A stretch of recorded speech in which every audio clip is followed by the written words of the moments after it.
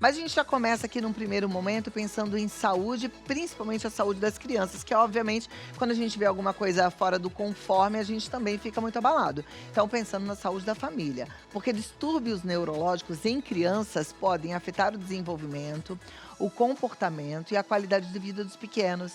E identificar esses sinais precocemente e buscar a orientação de um neurologista pediátrico especializado são passos cruciais para garantir o bem-estar e o desenvolvimento saudável dos meninos. Tem um aqui lindo e das meninas. E para conversar com a gente sobre tudo isso, hoje eu recebo o neurologista infantil, Dr. Rafael Guerra Sintra. Seja bem-vindo, Dr. Rafael. Muito obrigada por estar aqui, por atender ao nosso pedido. Muito obrigado. Dr. Rafael foi indicação da doutora Ana Paula Pena Dias, que é uma querida muito amiga, querida. que esteve aniversariando esses dias. Então eu estou muito feliz, porque obrigado. ela recomendou muito bem. Falou, eu vou te indicar o melhor neurologista infantil. Obrigado, espero Então, que sim. te convido para Com sentar. licença. Muito obrigada. E eu recebo também hoje a Rita de Cássia e o filho dela, que é o Gustavo. O Gustavo nasceu prematuro, com 6 meses, é um guerreirão. Hoje já está com 7 anos. Foi diagnosticado com TDAH, mas eles vão compartilhar um pouquinho dessa trajetória até aqui. E a gente vai tentar descobrir melhor de que forma a gente também pode ajudá-los, mas ajudar a você que de repente recebeu um diagnóstico parecido ou suspeita de algo assim ou de algum outro probleminha neurológico, tá bom? Sejam bem-vindos ambos, queridos. Rita, muito obrigada. E você, como é que é seu nome? Gustavo. Gustavo, você é de que, deixa eu ver, torcedor de que time? Essa blusa é do Homem-Aranha. Você tem time de futebol? Qual? Corinthians. Corinthians! Tudo bem. Eu sou São Paulina, mas eu também gosto dos corintianos, tá tudo certo. E o que você vai ser quando crescer? Qual vai ser o seu trabalho quando você crescer? O que você quer ser? Professor? Que joia! Eu tenho um neto que ele disse que ele vai ser pipoqueiro, Gustavo. Será que essa é uma boa escolha? Você acha? Então tá bom. Vou convidar você para sentar ali do lado da sua mãe e aí a gente já conversa. Deixa ele à vontade, Rita, não se preocupa. Aqui a gente está em casa e criança é criança em qualquer lugar, tá certo, doutor? Com certeza, não tem lugar. É, exatamente. Criança precisa ser criança. A gente foi chamado a essa vida para viver, ser feliz. E criança veio para alegrar a gente, né, Gustavo? Então tá bom, deixa eu tentar te ajudar aqui, porque esse sofá é muito fundo. Eu não gosto de sentar aqui também não, porque eu sou pequena e eu fico toda afundada nele. Vê se assim tá bom para você, tá? Então tá, joia. Então vamos lá, vamos conversar um pouquinho sobre quais são, talvez, não é o caso do Gustavo, mas, assim, as preocupações que as mamães precisam ter com bebês, com crianças prematuras. Eu fico feliz que a gente está com uma campanha bacana de ter um olhar específico para as crianças que nascem prematuras. Bom, prematuro, esse cuidado depende também muito da idade e da prematuridade. Então, você tem aqueles prematuros extremos, 28 semanas de gestação, né? 5 meses de gestação, e até aqueles prematuros mais tardios, que vão nascer com 36, 35 semanas. Então, os cuidados a longo prazo vão depender também dessa idade, que você vai ter os comprometimentos, muitas vezes, pulmonares, comprometimentos do sistema nervoso, né, que é o maior medo de sempre, parte cardiológica, parte oftalmológica. Esses pacientes acabam sendo acompanhados, normalmente, por muito tempo, seja por essas patologias de pulmão, de olho e principalmente do ponto de vista neurológico.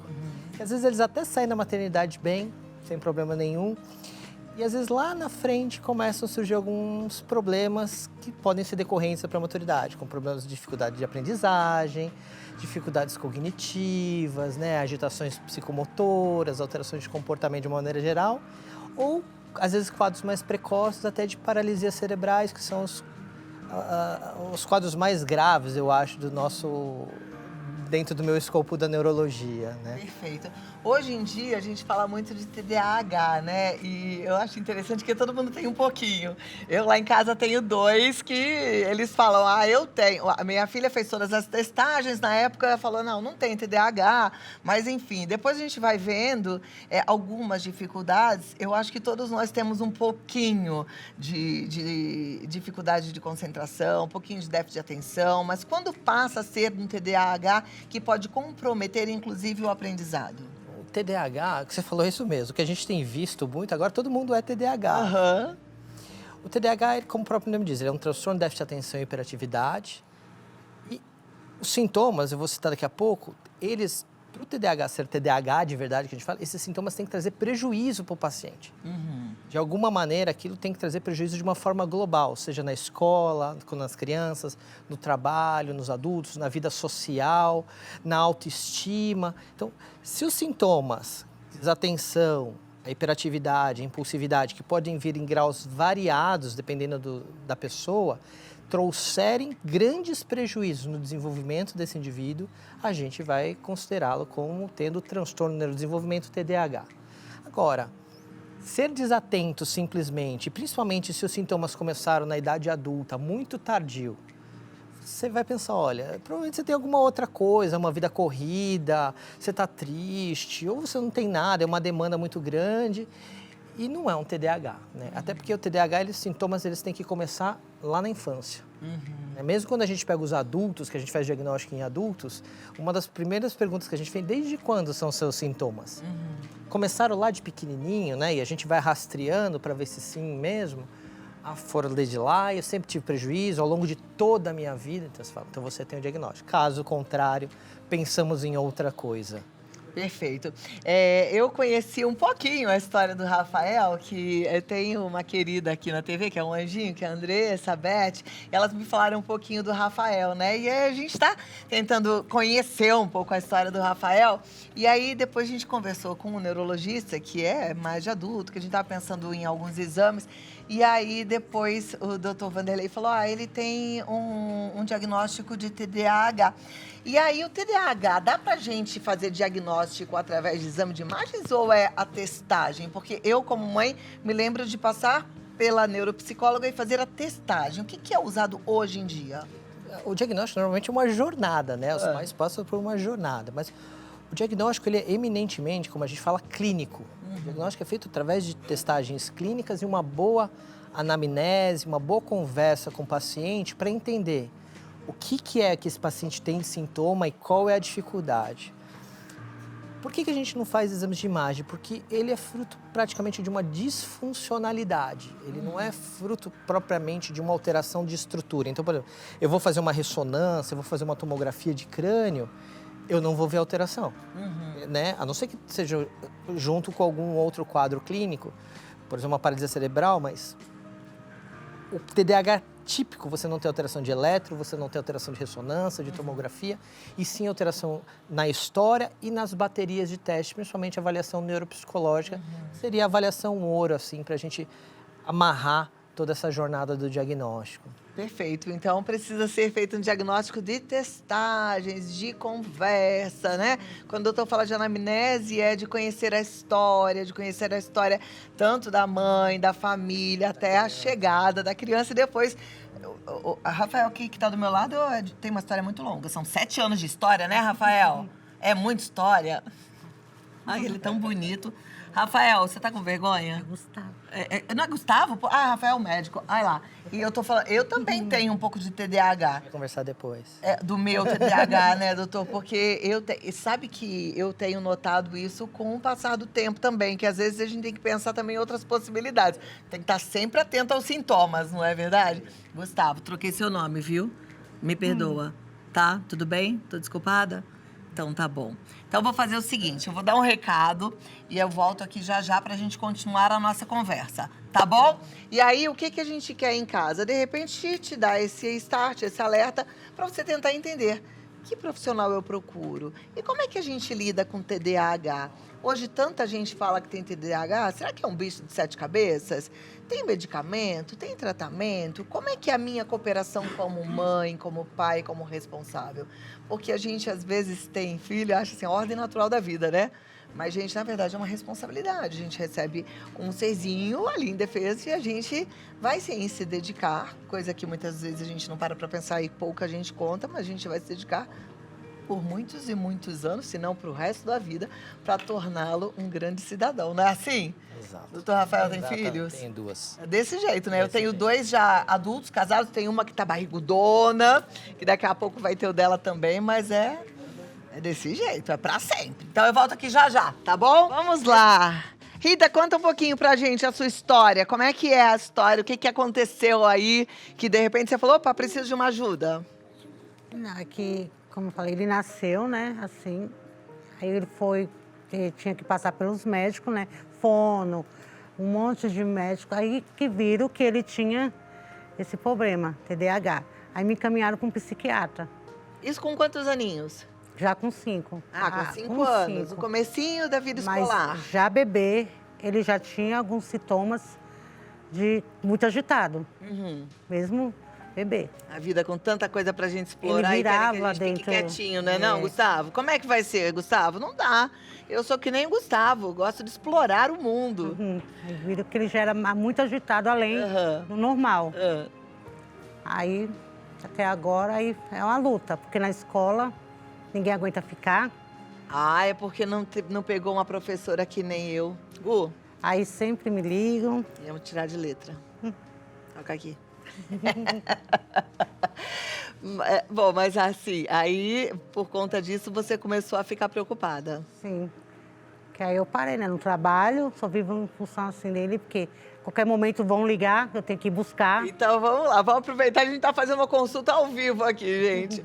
Doutor, como é que a gente lida com TDAH? A história da Rita, ela, na verdade, representa a história de muitas mamães. Sim. Né? E aí, como é que é essa história toda? Como é que um neuropediatra enxerga tudo isso? Como eu falei para vocês, primeiro para fazer o diagnóstico, normalmente é uma jornada, né? Então, os pais têm muitos problemas na escola, até a escola encaminhar às vezes demora. A culpa normalmente é dos pais, que é falta de educação na maioria das vezes, né? Falta de limite. É verdade. Só que nem eu falei, como é um transtorno, isso foge do aceitável, assim, ele foge das limitações de uma falta de educação. Os pais falam assim, olha, pelo amor de Deus, eu dou todo o limite possível, inimaginável, largo meu emprego para ficar em cima, às vezes até, mas não dá conta, né? Então, esses pacientes, às vezes, até chegar no neuro também demora, porque em vez de ser encaminhado para neuro ou para psiquiatria, às vezes vão para psicologia, eles vão pipocando em determinados locais e o diagnóstico ele vem muito mais tardio por causa disso, né? A gente consegue fazer diagnóstico em idades pequenas, em torno de 5, 6 anos, já é a idade ok de se fazer o diagnóstico. Né, com essa hiperatividade, você tem pacientes que às vezes não são hiperativos como ele, então você tem aqueles que a gente chama de TDAH predominantemente desatento, então é aquela criança que vive no mundo da lua, mas para tudo. A gente tem que entender que todos esses sintomas eles têm que ocorrer em todos os ambientes, em casa, na escola, na casa da avó, nas terapias, é aquela criança que nem a Rita falou, é impossível, ninguém quer ficar com ele, quando é agitado ou muito distraído em todos os ambientes. Feito isso, você vai ter aquela boa conversa com a família, entender o que está acontecendo, se disponível, a gente conseguir uma boa avaliação neuropsicológica para fazer o diagnóstico e iniciar o tratamento. O TDAH ele é um transtorno do neurodesenvolvimento, ele não é uma questão comportamental de falta de educação, né? Você tem uma alteração aqui na nossa região pré-frontal, que é bem a pontinha aqui do nosso cérebro, que é a região que faz com que a gente tenha o nosso freio, né? Então, eu tenho um controle das minhas impulsividades motoras, as minhas impulsividades cognitivas, que nem está na imagem ali ao fundo, é aquelas onde está ali tingido de cinza, são as áreas principais que fazem com que a gente tenha esses controles todos, noção de tempo, julgamento, né, que são os grandes problemas do TDAH. Tem um neurotransmissor nessa região especial, que é a tal da dopamina, que tem se falado muito, se fala muito da dopamina, que é ela que regula essas funções todas. Pensando em tudo isso, o tratamento do TDAH ele é complexo, ele não é simplesmente também dar remédios e acabou. Eu falo que ele faz parte de uma tríade, o tratamento. Então, a gente tem o suporte da família e da escola, então a escola, a família tem que entender o que é TDAH, entender como lidar, na escola tem técnicas para lidar com esses alunos, então o aluno ele vai sentar aqui na frente da pro, longe da janela, longe da porta, onde ele vai se distrair, ele tem que sentar não no fundão, né, porque é onde está a turminha da bagunça que a gente fala. A gente tem que tomar muito cuidado no ambiente escolar também, para não expor esses alunos, ficar xingando, ô fulano, de novo você, e o menino já se acha ruim, porque tudo é ruim dele, né? Então ele se expôs, então a gente tem que ir tirando esses estigmas. Na casa, entender que a criança assim, então você tem que ser rígido, você tem que ter rotina. Junto com isso, as terapias, de acordo com a indicação de cada um, mas a principal é a comportamental, para ajudar a criança a se automodular também.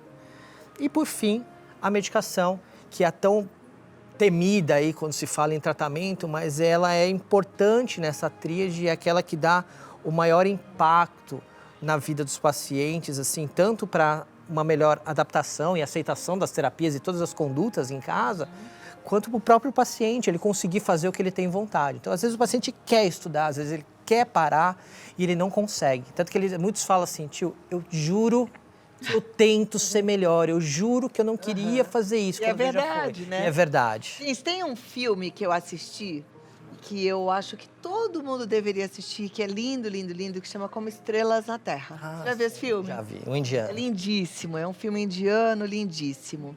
E eu assisti esse filme com o meu marido, que é um senhor. O Ricardo já tem 64 anos. E o Ricardo chorou muito assistindo esse filme, porque ele se viu muito no lugar daquela criança que era muito mal compreendida, porque é exatamente isso que o doutor está trazendo agora, né? A criança, ela tenta muito, ela simplesmente não dá conta de algumas coisas. E eu acho interessante a gente pensar que todo mundo pode ter um pouquinho, e é só a gente olhar para a nossa própria história. Eu me lembro muito de mim mesma, em alguns momentos na sala de aula, acho que até por uma imaturidade, eu entrei na escola muito cedo, então com 5 anos eu já estava na primeira série e eu não dava conta, eu acho que emocionalmente falando, de acompanhar uma alfabetização. Então eu viajava, eu dormia em cima do livro, eu não prestava atenção, né?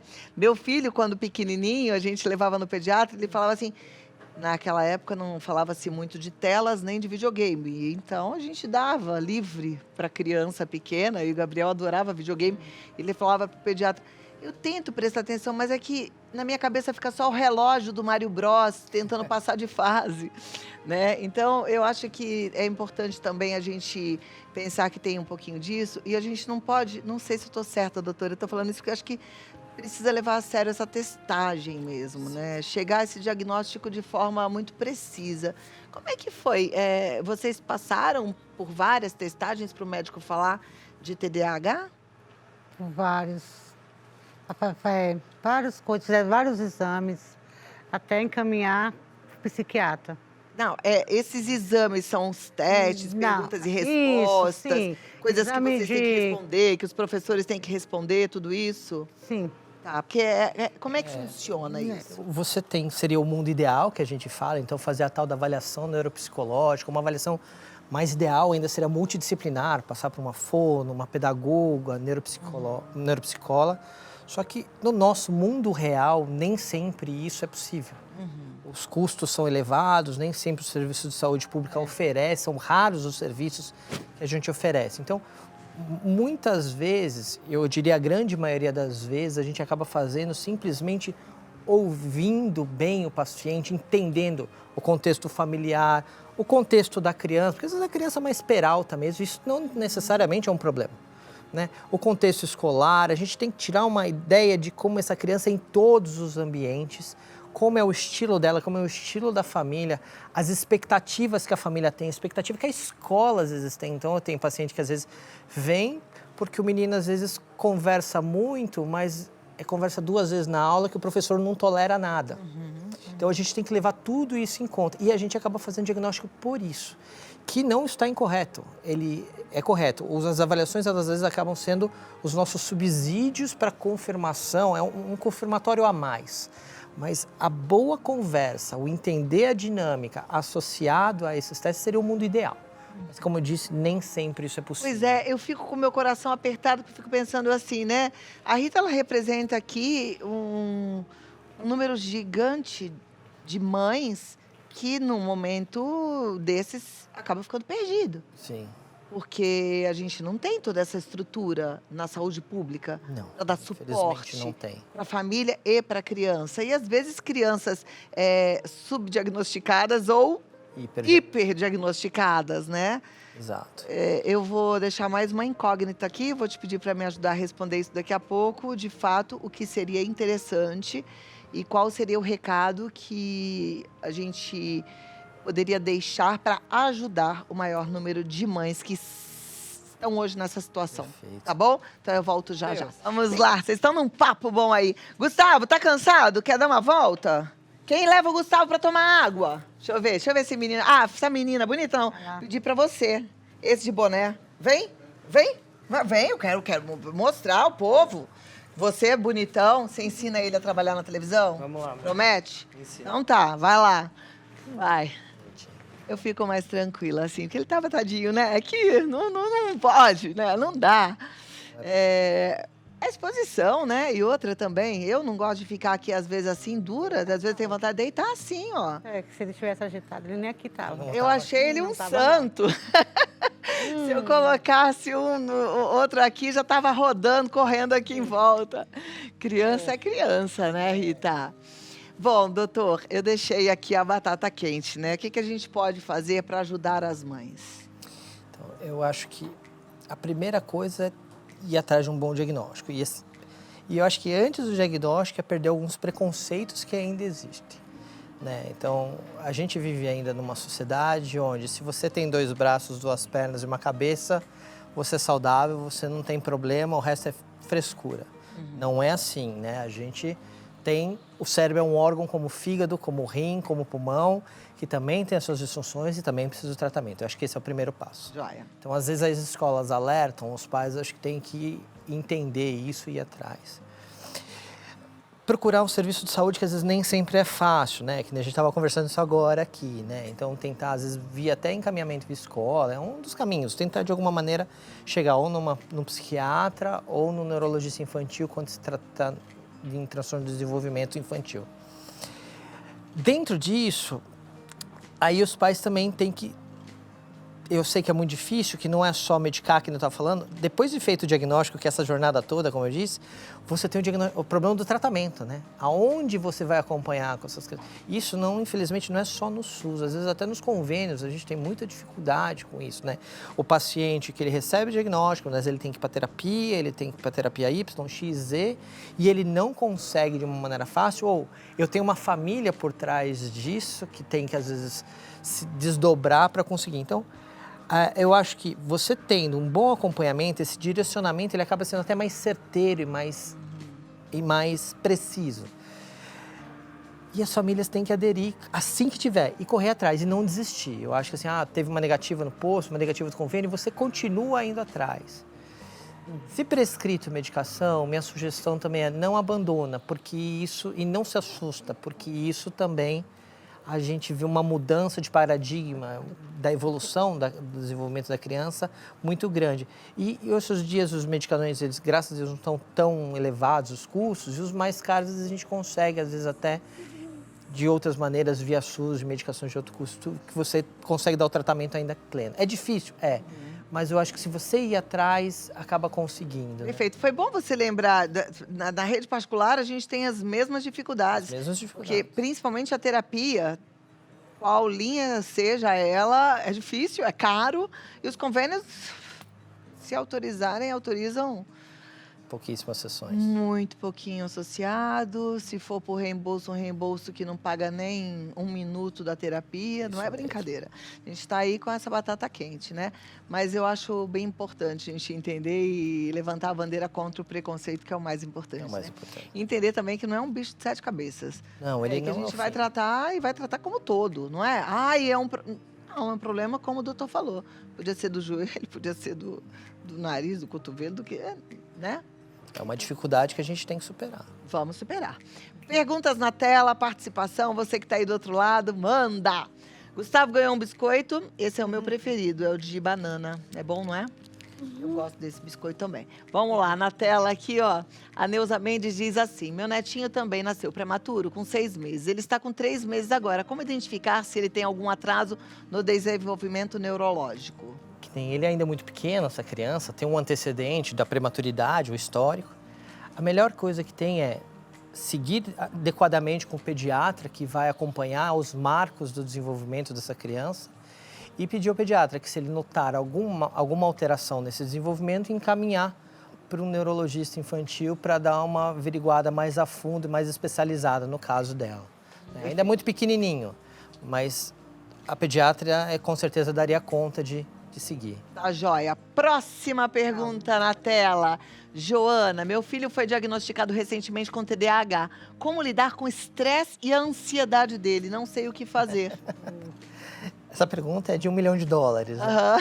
Cada indivíduo tem tem uma sua particularidade, seja como pessoa, como o ambiente que ele está. A família, a gente tem que entender o que faz com que ele desencadeie esses modos de estresse e ansiedade, se é uma contrariedade que tem, se é um excesso de permissibilidade, se é a própria impulsividade do TDAH. Nesses quadros, a gente indica sempre um bom segmento com a psicoterapia, para que possa se entender e melhor manejar ele. Maravilha. Daqui a pouquinho a gente recebe a Vanessa Galvani, que é pedagoga, mestre em educação, neuroeducadora emocional, e ela também tem várias dicas, inclusive ela vai ensinar pra gente alguns jogos pedagógicos muito interessantes pra gente lidar com essa meninada. Você quer falar alguma coisa, Gu? Eu vi que você falou com a sua mãe. Precisa de alguma coisa? Tá tudo bem? Então tá bom. Silvana, doutor, tenho 39 anos e estou grávida do meu primeiro filho. O que posso fazer durante a gestação para evitar que meu filho nasça com algum problema neurológico? Tem alguma doença que posso contrair durante a gravidez que pode afetar a parte neurológica do meu bebê? Pergunta complexa também. Bom, tem muitas variáveis. Eu acho que um hábito saudável de vida, como seu ginecologista e obstetra vai te orientar, é o principal, né? Evitar o uso de álcool, drogas de uma maneira geral, ou medicações não prescritas. Existe, às vezes, algumas que a gente chama de infecções congênitas, né? Toxoplasmose, rubéola, citomegalovirose, que às vezes podem causar, mas isso o seu ginecologista vai te orientar, vai fazer os exames para ver se você é suscetível ou não. E eu acho que você tem que aproveitar a sua gestação, em vez de ficar só também se preocupando com o que pode, porque muitas coisas não estão nas nossas mãos, né? Existem milhares de quadros neurológicos, desde genéticos até eventualidades, como um prematuro que ninguém prevê que vai nascer antes. Então, aproveita a sua gestação e faz o acompanhamento direitinho, que é o melhor. Perfeito, maravilha. Tudo de bom, bora para você, Silvana. Próximo é do Henrique. Boa tarde, doutor. Boa tarde, Cláudia. Boa tarde, Henrique. Meu filho, quando fica nervoso, tem mania de bater a cabeça na parede. Isso pode causar algum problema neurológico? Em geral, não. Normalmente, eles usam isso até como uma maneira de chamar um pouco a atenção, dizer que eles estão irritados, principalmente os pequenininhos, né? Lógico, a não ser que seja uma batida muito forte, grave, que sangue, que ele perca a consciência, mas, em geral, eles usam isso, principalmente se a família fica muito comovida quando eles fazem, né? Então, teoricamente, fica tranquilo, às vezes deixa que isso tende a passar. Perfeito. Kellen Oliveira, quais exames determinam que meu filho tem um transtorno de aprendizado? Como eu disse anteriormente para o TDAH, também vale para o transtorno de aprendizado. Uma boa conversa com o neurologista, o psiquiatra e uma avaliação multidisciplinar, ou com uma psicóloga ou com uma psicopedagoga, para entender o que seria esse quadro que você chama de transtorno de aprendizado aí, né? É um quadro muito vago, precisa ser destrinchado por um especialista. A Rita, quando procurou a gente, tinha um exame para fazer. Era que exame?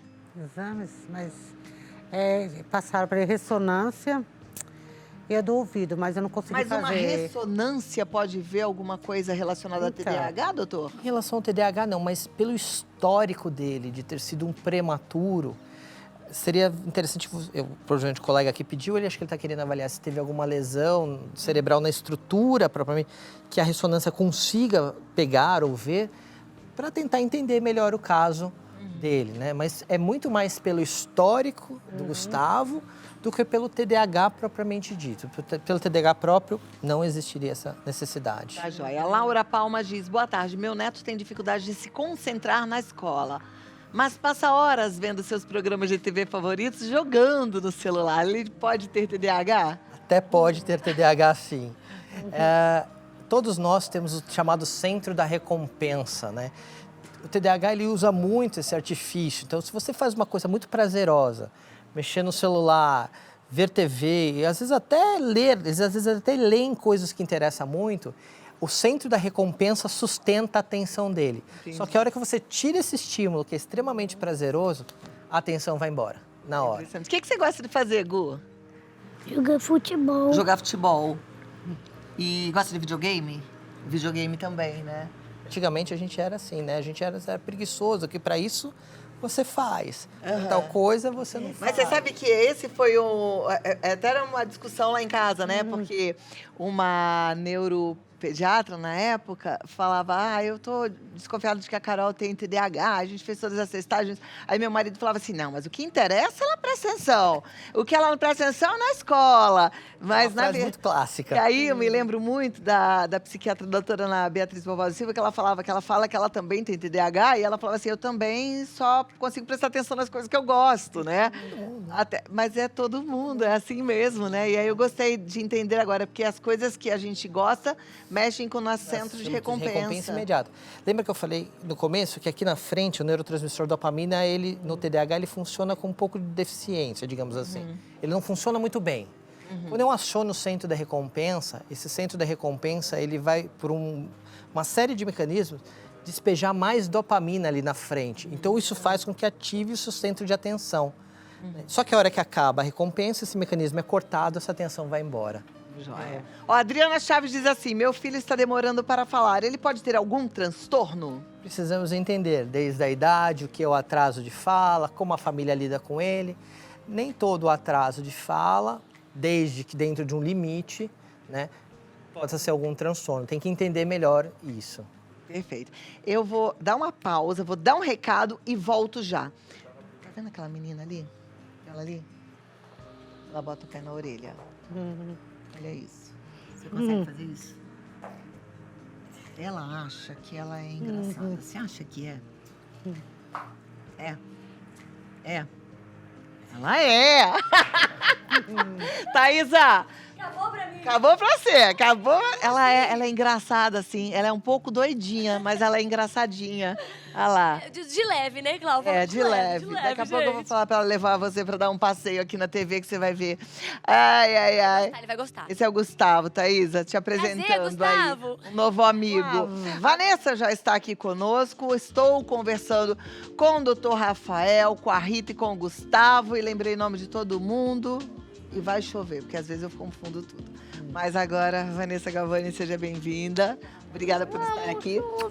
Ela é psicopedagoga, neurocientista e está aqui cheia de ideias também para ajudar a turma que está em casa. Não sei se você estava acompanhando a pauta até agora. Claro. Então vamos lá, a gente ainda tem algumas perguntas, doutor Rafael.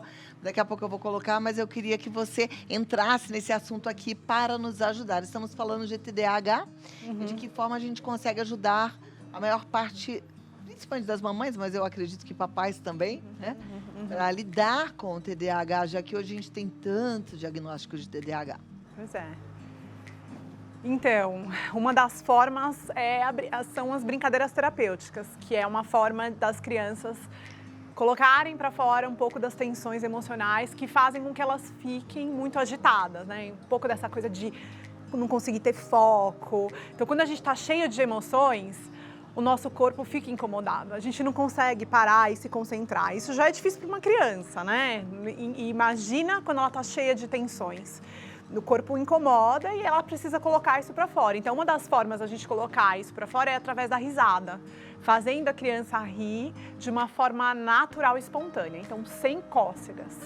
Então, essa é a ideia, onde você vai propor vários tipos de brincadeira. Qualquer brincadeira, na verdade, pode ser terapêutica, porque ela tem que seguir 2 pilares. O primeiro é fazer com que a criança dê risada de forma espontânea, e o segundo pilar é fazer com que a criança lidere.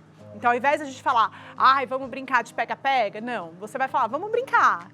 Você pode trazer uma outra ideia, mas logo a criança vai começar a liderar e você tem que seguir a liderança da criança. Porque a hora que ela lidera, ela vai mostrar quais as questões emocionais que ela precisa trabalhar nesse momento.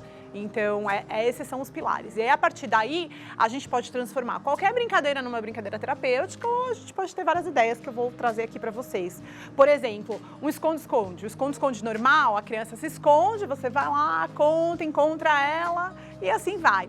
Um esconde-esconde terapêutico, você nunca vai achar a criança. Você vai brincar, lógico. Uma hora você vai virar e falar, tá bom, vamos brincar de outra coisa. Mas a ideia é que a criança dê risada. Se você achar ela logo, ela para de dar risada. Então você vai lá, ela tá ali, atrás da cortina, você tá vendo o pezinho pra fora. Você passa a mão e, mas eu não encontro essa criança. Ela vai dar risada. Mas onde foi parar meu filho? Eu não consigo achar. Aí ele tá sentado no sofá, sei lá, atrás do sofá. Você põe a mão assim, não tô achando. Qual que é a ideia? A ideia não é achar. A ideia é fazer com que ela dê risada, dê risada, dê risada, dê risada. Quanto mais ela ri, mais terapêutico é. Mais vai ajudar ela a curar essas tensões emocionais, toda essa energia acumulada e ajudar ela a ficar melhor no dia a dia. Não só para TDAH, para todas as crianças. Nossa, então tem alguns professores que eu acho que até instintivamente, sem saber tanto, de forma científica, porque hoje também é um assunto novo, faz isso com maestria, né? Eu me lembro, inclusive, na minha época de escola, alguns professores têm o dom, né? De fazer a gente dar risada e todo mundo dá risada e depois eles lançam lá aquele conteúdo e a gente acaba aprendendo. Você gosta de dar risada, Gustavo? O que te faz rir, Gustavo? Filme? Desenho? Ou é piada de amigo? Uma boa piada? Mas é a gente achar o que vai fazer a criança se soltar um pouquinho, né? Exatamente. Tem uma tática que nunca falha, que é a gente imitar as dificuldades da criança. Então, é só você observar para o teu filho, olha lá para a tua turma, se a criança tem uma dificuldade para comer, sei lá, por volta de 2, 3 anos, comer sozinho, toda vez cai, derruba comida, aquilo é uma dificuldade da criança. Se você for imitar isso de um jeito, gente, de um jeito leve, engraçado, a ideia não é zombar da criança, mas você vai lá, você pega ali e fala, eu não sei o que está acontecendo, essa brincadeira eu chamo de mão maluca. Essa mão tá maluca, ela não acerta a minha boca. E aí começa a derrubar a comida, a criança começa a dar risada. Então, qualquer brincadeira que você possa ser a pessoa mais desastrada, a pessoa mais incapacitada, a pessoa, enfim, vai fazer a criança rir. Por quê? Porque é assim que ela se sente. Pensa numa criança vivendo no mundo de adulto e olhando para os adultos que são capazes de fazer tudo. Os adultos não derrubam água, eles não tropeçam, eles sabem se vestir sozinhos, sabem limpar bumbum sozinho. Nossa! E como que a criança se sente? Super impotente, né? Não consigo fazer, nunca dá certo, não consigo, não vou, não... E aí, quando a gente troca de papel, então é um pouco isso, uma da categoria das brincadeiras terapêuticas, é você trocar de papel com a criança. De uma forma lúdica, você ser a pessoa mais fraca. Então, você não vai querer ganhar, você não vai querer ser o melhor e mostrar todo o seu poder, porque a criança já sabe disso. Ela já sabe o quanto nós, adultos, somos bons e capazes. Ela precisa rir dessa incapacidade que ela sente, dessa falta de poder. Como é difícil ser criança no mundo de adulto. E aí, quando a gente consegue proporcionar isso, a gente empodera a criança. Faz com que ela se sinta melhor, mais capaz, autoestima ali forte. E aí funciona. E ela vai rir, ela vai querer mais. O difícil é ela querer parar de brincar. Já vou avisando, né? Quero mais, quero mais, quero mais. Porque, enfim, é muito bom, né? Mas... Com certeza. Também é um mundo ideal. Eu confesso que muitas vezes é muito difícil. E aí eu falo como mãe, hoje em dia não tenho mais essa dificuldade, graças a Deus, por isso que eu tô amando ser vó, porque vó, a gente tem tempo e cabeça boa para brincar bastante. Mas enquanto a gente é mãe, a gente tem muitas outras preocupações, muita coisa, né? Você consegue brincar assim? Você só tem o Gustavo ou tem outros filhos? Você consegue brincar assim com seus filhos? Não. Por quê? O que falta? Tempo? Tenho que levar para a escola, buscar, que é tudo eu. Aí sobra pouco tempo. Sobra pouco tempo. E às vezes pouca cabeça também, né, Rita? Porque às vezes a gente tá se sentindo sobrecarregada, se sentindo também não vista, né? Muita correria. E o mundo parece que judia um pouco de nós, mulheres, né? Aí acaba que não dá. Às vezes os homens se sentem excluídos dessa relação também, nem sempre por culpa dos homens, mas às vezes eles se sentiram desde sempre, até culturalmente falando, não sabem nem se aproximar, né, doutor? Tem isso também, né? Tem isso mesmo. Uma das coisas que a gente conversa com os nossos residentes às vezes você tem que primeiro tratar a família, olha para a mãe, a gente estava até conversando isso antes de entrar, trata a família, vê como é que está o clima da mãe, do pai, até para eles, às vezes, conseguirem ver o resultado do tratamento, que é muito comum, às vezes, a gente vê a família está tão transtornada, a gente vê que a criança está evoluindo bem, está ótimo, mas os pais não conseguem ver. Na hora que você dá um suporte familiar, eles respiram, conseguem ver o avanço, tem uma sensação de potência, de novo, que a gente, como pai, vive se sentindo impotente, né? E aí o tratamento parece maior. Como eu sempre falo, a criança não é sozinha, ela é fruto e núcleo de uma família inteira, né? Outro dia eu ouvi uma frase, eu queria saber se faz sentido para vocês que vivem isso, que os filhos são sintomas e que as causas são os pais. Foi você, Vanessa, que trouxe essa frase pra gente? Aí eu fiquei pensando nisso, é assim mesmo? É assim, É. é assim. Para muita coisa são os reflexos. Para muitas coisas. Nem para tudo, mas para muitos sim. Para muita coisa, né? Eles absorvem tudo, né? A gente tem que realmente tratar a gente. Eu amo a frase do Amor Exigente, que diz que nada muda se eu não mudar. E realmente, a gente precisa olhar muito pra gente, e tentar entender as nossas necessidades, ficar bem, ficar inteira, pra ter estrutura também para olhar o progresso, a evolução, o desenvolvimento, né? Bom, temos mais perguntas, mais participação. Eu vou pedir para a produção organizar isso. Vanessa, tem mais coisas para ensinar para gente? Então, eu ia falar um pouco de como que funcionam as brincadeiras, né? Não vou conseguir me aprofundar muito, mas lembra, vou mostrar aqui do cérebro. Essa parte, olha lá, ele deu uma super aula aqui, mas uma forma didática para pais, né?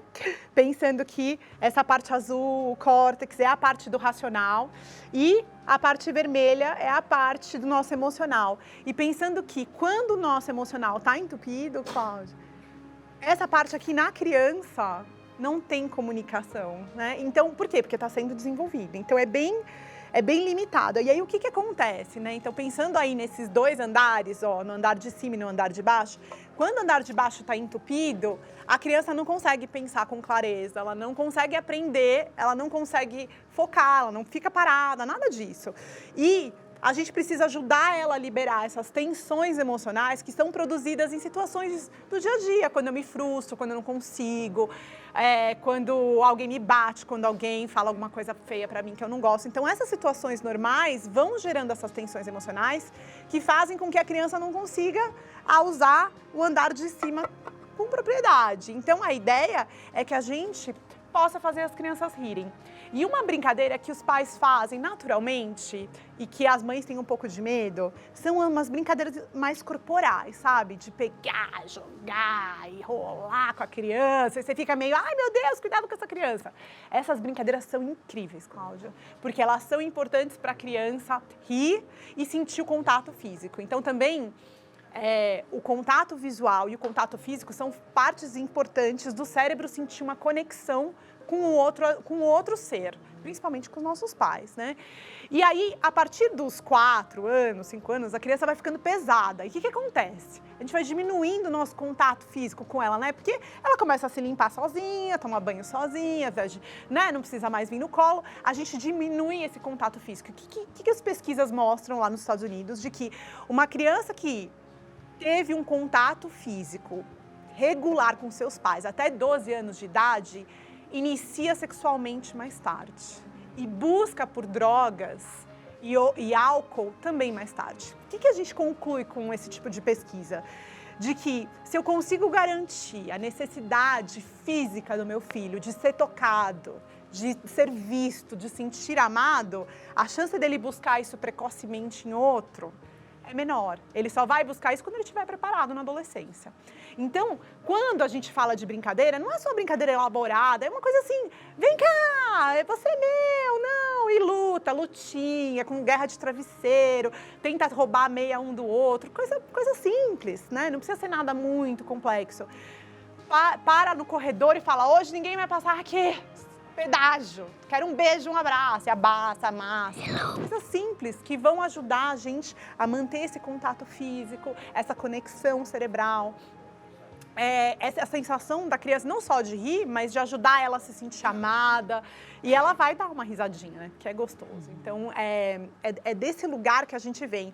Só que eu gosto muito de falar que a gente não quer trazer essa informação como uma carga adicional para os pais. De tipo, eu tenho que fazer essa lista inteira e ainda tenho que brincar. É difícil achar um tempo para brincar. A gente tem muita coisa na nossa mão, só que às vezes é uma coisa simples. Como, por exemplo, não quero escovar os dentes hoje. Não quer? Quando a criança fala isso, o que a gente faz? Ah, mas tem que escovar os dentes, porque é importante, senão vai ter cárie, blá, blá, blá, blá, blá. O que a gente pode fazer? Usar o modo brincante nessa hora. Tipo, hoje, nesta casa, está proibido escovar os dentes. Ninguém. Você vai lá e abre os seus braços ali no banheiro e não deixa. E aí a criança, a hora que você falar isso, adivinha o que a criança vai querer fazer? Escovar o dente, Escovar os dentes, é lógico. Porque o mundo é assim, eu ouço não o dia inteiro. Agora eu também vou escovar os dentes. Aí você fala, não, eu vou pegar a pasta. É dois minutos de brincadeira. Aí a criança dá uma risada, ela vai lá e escova os dentes. Porque essa parte integra, conecta e aí ela funciona melhor. E aí isso fica mais leve pra gente. Então, às vezes, você fica, ai, que chato fazer uma brincadeira, ai, que saco, eu tô cansada, né? Nossa, quem aguenta? Mas, às vezes, ali, na hora do jantar, numa coisa simples, tô cozinhando aqui, e às vezes eu tô cozinhando e eu falo pra elas, vêm, mamãe, eu falo, não, então vamos fazer guerra de bumbum. Eu tô ali cortando e dou uma bundadinha em uma, na outra, pronto, tô fazendo contato físico, né? Tô garantindo isso. Então, são pequenas coisas que a gente pode, pequenos passos, não queira mudar 100%, né? E de repente, vou ganhar o troféu de mãe mais brincante do ano. Não é por aí, mas a gente falou pode... uma palavrinha, né? que tá aqui no meu coração, que assim, a gente pode. Porque às vezes também você vem de uma vida e de exemplos de vida que nunca brincaram, de uma mãe que nunca sorriu, de um abraço que você também nunca recebeu, de um olhar que também nunca lhe foi dado. Mas você pode fazer diferente, eu posso fazer diferente, né? Vanessa pode fazer diferente, doutor Rafael pode fazer diferente, Rita pode fazer diferente. A gente não precisa fazer o que os nossos pais fizeram. Se você não teve um pai assim, se você não teve uma mãe assim. E a vida fica mais leve. E, de fato, você pode mudar isso aqui. Falar assim, eu tenho que cozinhar. Por que eu vou cozinhar brava igual eu via minha mãe cozinhando? Eu posso cozinhar sorrindo. Eu posso arrumar a casa fazendo um pouco mais de bagunça. Eu posso ser mais leve. Isso vai ser bom para você. Às vezes eu vou nos lugares e vejo alguns profissionais trabalhando. Eu vi esses dias uma monitora que cuidava das crianças num ambiente de parquinho. E ela estava assim, celular. E aí as crianças ali tocando terror. E ela assim, a cara fechada. Eu fiquei pensando, puxa, se ela entendesse que ela podia curtir também aquele momento e virar uma tia palhaça e dar risada e sair correndo atrás das crianças, o tempo ia passar tão mais rápido, porque ela ia estar trabalhando da mesma forma, mas ia ser mais gostoso para ela do que ficar ali de cara feia, olhando o celular, contando o relógio, né? E eu penso que como mãe também, às vezes a gente pode levar a vida mais leve, sabe? Ser mais livre, ser mais feliz. Que a felicidade também é uma escolha, é a gente se permitir. A gente pode ser mais feliz, mas é a gente, é mexendo dentro da gente. É isso para você pensar. Talvez possa. Então, colocar na tela. Vamos lá. Você já sabe ler, Gu? Já? Caramba, você é inteligente pra caramba. Você tem 7 anos. Tem um monte de criança que já fez 8 e nem sabe ler ainda. Meus parabéns. Muito bem. Ângela Lonardi, ela diz, meu filho fica chacoalhando as coisas, caneta, lápis, etc. Não de um jeito ansioso, mas de um jeito que parece ficar no mundinho dele, vendo as coisas sendo chacoalhadas. Isso parece afetar um pouco a concentração dele. É difícil de explicar, mas achamos muito estranho e engraçadinho.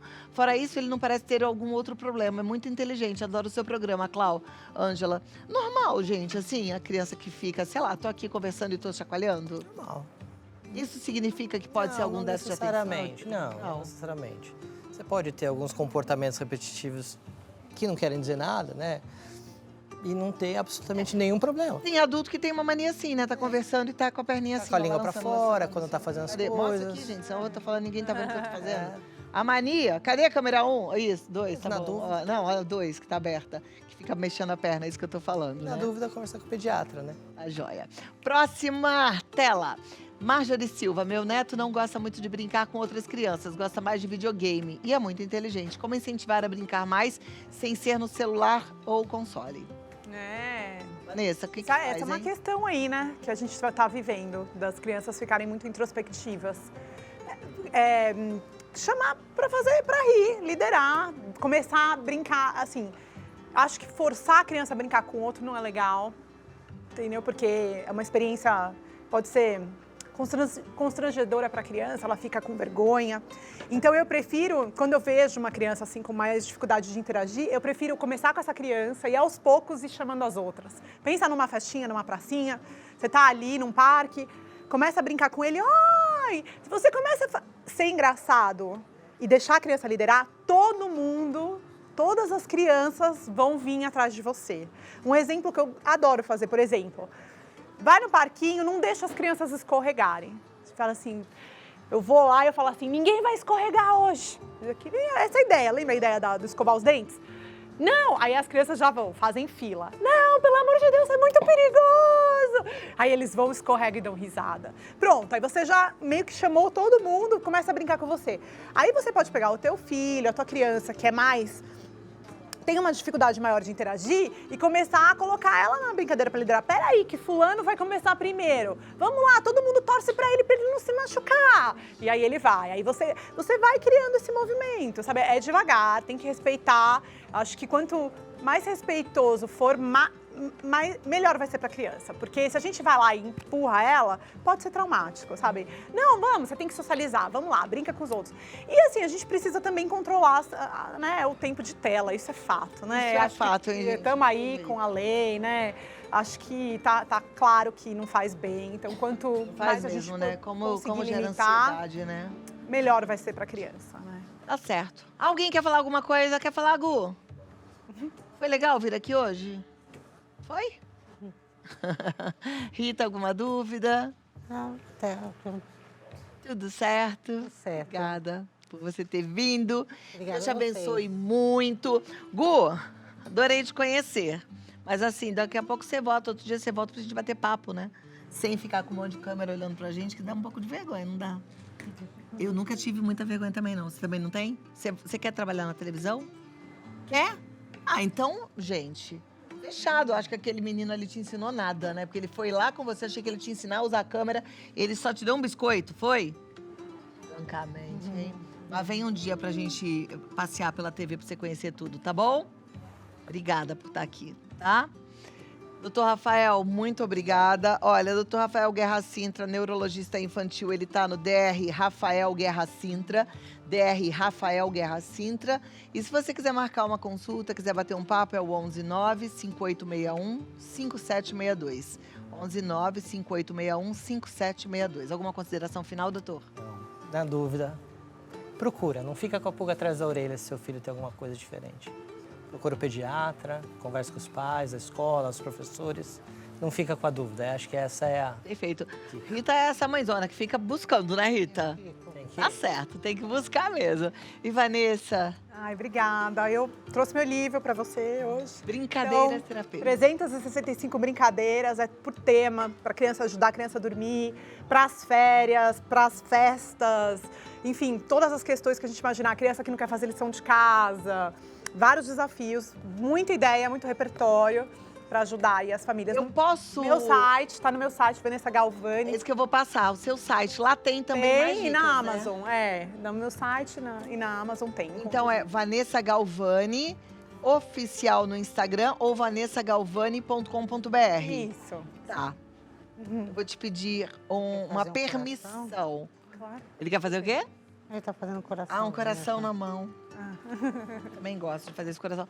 Vou te pedir uma coisa. Eu posso dar de presente o seu livro pra Rita? Claro. Que eu acho que vai ser muito Claro, útil pra ela. Certeza, com certeza. Depois eu quero o meu, mas Tá aí eu vou entrar lá no seu site e eu vou comprar o meu. Mas esse Claro. daqui eu vou dar pra você, Rita, Obrigada, porque eu vai acho ajudar que muito. vai te ajudar, porque tem várias dicas e é legal, porque eu conheço muito o trabalho da Vanessa e ela é joia. E aí já tem tudo separadinho, as brincadeiras, as dicas tem pra você desenho. ir aplicando. Com o Gustavo, Tá e bom. como é que é o nome do outro? É Davi. Davi tem quantos anos? 5. Tem 5, é mais novo. Ih, você é o exemplo dele, né? Isso aí. Você que ensina tudo pro Davi, Gu? Então tá bom, manda um beijo pra ele também, tá? Dá um beijo aqui. Sim. Toca aqui. Meu neto fala assim, deixa que eu toco sozinha. Toca aqui. Deixa que eu toco sozinha. Tchau, Rita. Tchau, Rita. Muito obrigada. Doutor, obrigada. Muito obrigado. Tudo de bom. Foi um prazer recebê-lo. Volte outras Nossa, vezes, então tá? Van. Querida, obrigada. Deus te abençoe. E até a próxima, tá bom?